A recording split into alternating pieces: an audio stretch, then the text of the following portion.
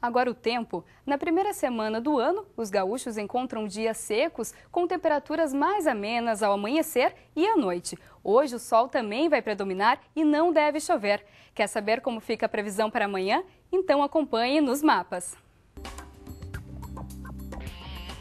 Nesta sexta-feira, o ar polar ainda continua no Rio Grande do Sul. A temperatura fica amena à noite e ao amanhecer. Nos vales e em Costa da Serra, o tempo fica ensolarado com algumas nuvens. Não há riscos de chuva. No Vale dos Sinos, as temperaturas ficam entre 18 e 33 graus. Em Caxias do Sul, os termômetros marcam entre 16 e 28 graus. Em Novo Hamburgo, a mínima é de 18 e máxima de 33. Em Triunfo, as temperaturas ficam entre 19 e 33 graus. E em Cidreira, mínima de 20 e a máxima atinge os 32 graus. Agora o assunto aqui no Conexão é a economia brasileira. Em 2012, você percebeu aumento nos preços de alimentos e de outros produtos? É para nos ajudar a entender essa e outras questões que nos recebemos aqui no estúdio Divanildo Triquês, que é professor do curso de Economia da Unicinos. E também com a gente Sabrina Berdoff e Márcio Santetti, que são alunos do curso e desenvolveram trabalhos sobre esse tema. Olá, sejam todos bem-vindos aqui no Conexão. Obrigado. Tudo bem? Tudo. Bom, antes de a gente iniciar a nossa conversa, a nossa equipe de reportagem foi às ruas para saber aí como o pessoal sentiu no bolso, né, o preço de alguns produtos. Vamos conferir. A carne, que aumentou, as verduras e frutas, que eu achei que houve um aumento. Na carne, né, as verduras, sim, né, tudo caro, né, a gente compra pouco, daí não dá para comprar bastante, tem que comprar pouca coisa. O azeite, o café, teve muito aumento o ano passado, né? Eu espero que esse ano melhore, baixe o preço, né? Tá muito caro as coisas. No tomate e no feijão, porque os feijão mais baratos, a qualidade são péssimos. E os tomates também muito caro. A gente nota bem a diferença, tanto na cebola quanto na batata, o tomate também, que muito eu comia tomate. Né, na salada, na comida também. Hoje em dia já não compro, porque a gente vê que ele tá um preço mais alto. O leite, a carne, o tomate, todas as frutas, né, melancia, melão, maçã. A cebola também achei bastante caro, alho. E por que a senhora acha que está aumentando? Não sei se é a influência do clima, que andou o clima meio irregular, né, fez seca e quando tinha que ter sol, chovia muito. E eu tenho a impressão que é a influência do clima. Bom, a gente notou aí que as pessoas falaram que alguns produtos realmente aumentaram de preço, inclusive citaram o tomate, né? Nós temos aqui até uma informação que o quilo chegou a R$ 8,00 no ano passado. E eu queria saber de você, professor, o que você notou então em relação aos preços? Na verdade, como você teve vários problemas climáticos no Brasil, no todo, né? E aí você afetou fortemente a questão da oferta desses produtos. E basicamente esses produtos mais típicos do hortifruti e granjeiro, ou seja, hortaliças, verduras. Então são produtos que a oferta reduziu nos supermercados e consequentemente você teve uma elevação de preços desses produtos. Uhum. Bom, professor, vamos falar então um pouquinho do Índice Nacional de Preços ao Consumidor Amplo, o IPCA. É isso aí. Como ele afeta, né, as pessoas? Professor, explica um pouquinho para nós o que esse índice quer dizer, né? Até para o pessoal de casa entender um pouco melhor. Então, esse índice é o índice oficial que mede a inflação do país, né? Então, digamos assim, é o guia que o Banco Central se orienta em relação à inflação. Então, ele é um índice bem amplo, ele atende uma faixa de 30 salários mínimos da sociedade, né? Ele é composto, né? E aí ele tem, digamos assim, dentro desse índice, ele tem umas categorias de produtos.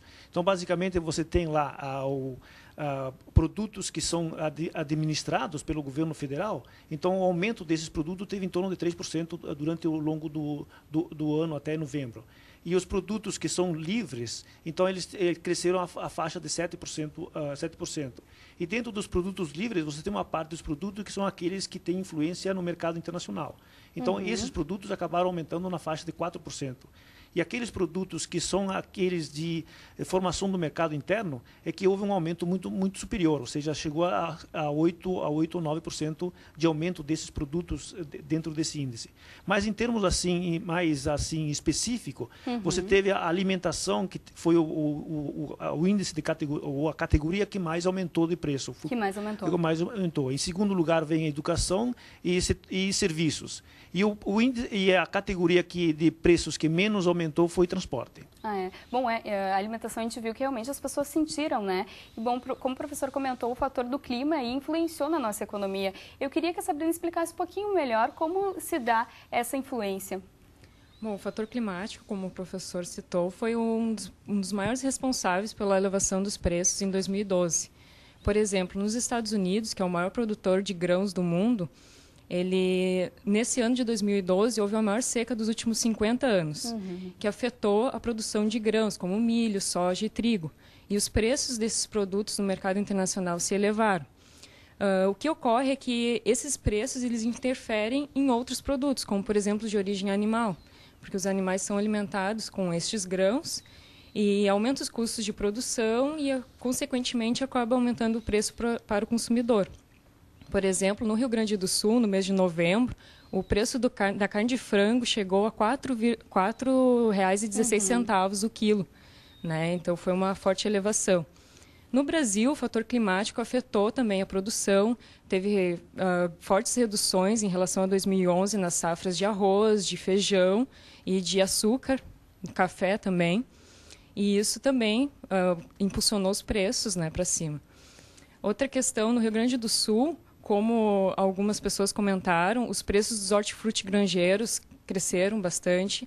E isso foi fruto também da seca, do clima atípico que nós tivemos no inverno e no verão, no início do ano, que houve uma quebra de safra de 60% na produção desses produtos. Por isso que o preço do tomate cresceu bastante, chegou a 133% mais caro no atacado, ser vendido a 133% mais caro.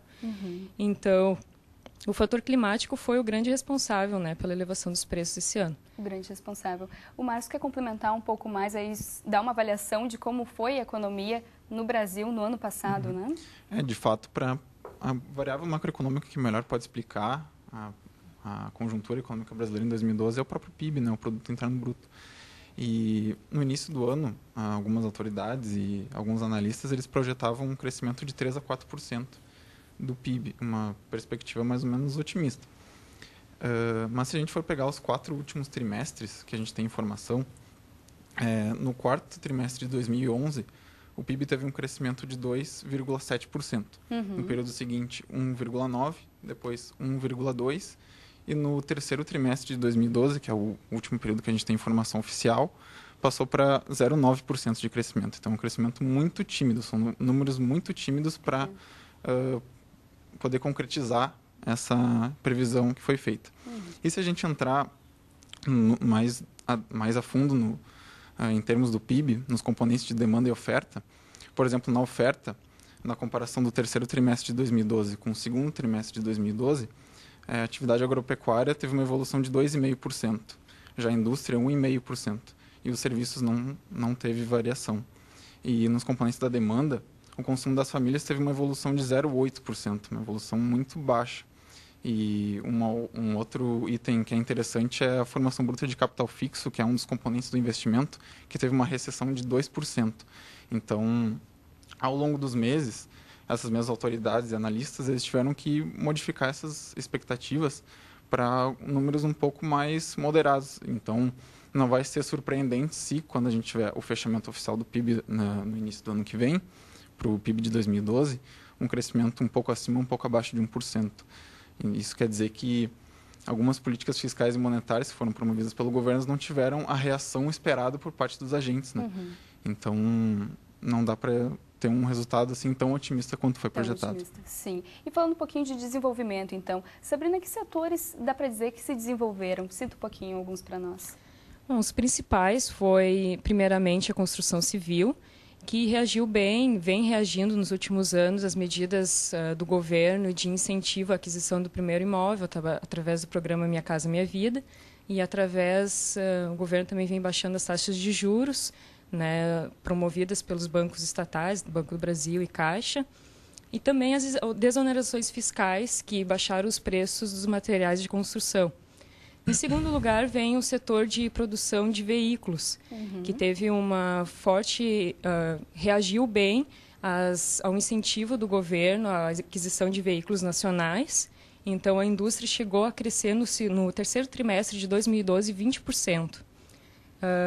Fora isso, nós tivemos a indústria, que foi um crescimento tímido, mas é importante destacar que no terceiro trimestre de 2012 houve uma reação às medidas macroeconômicas de incentivo ao setor e o setor cresceu 1,8%, sendo que a indústria de transformação foi responsável por 1,5% desse crescimento. Então, basicamente, são esses setores. Certinho, daqui a pouquinho a gente fala mais sobre o assunto, porque agora o Conexão faz um rápido intervalo, mas na volta a gente continua fazendo um balanço da economia brasileira em 2012 e o que se espera para o próximo ano. Nós já voltamos.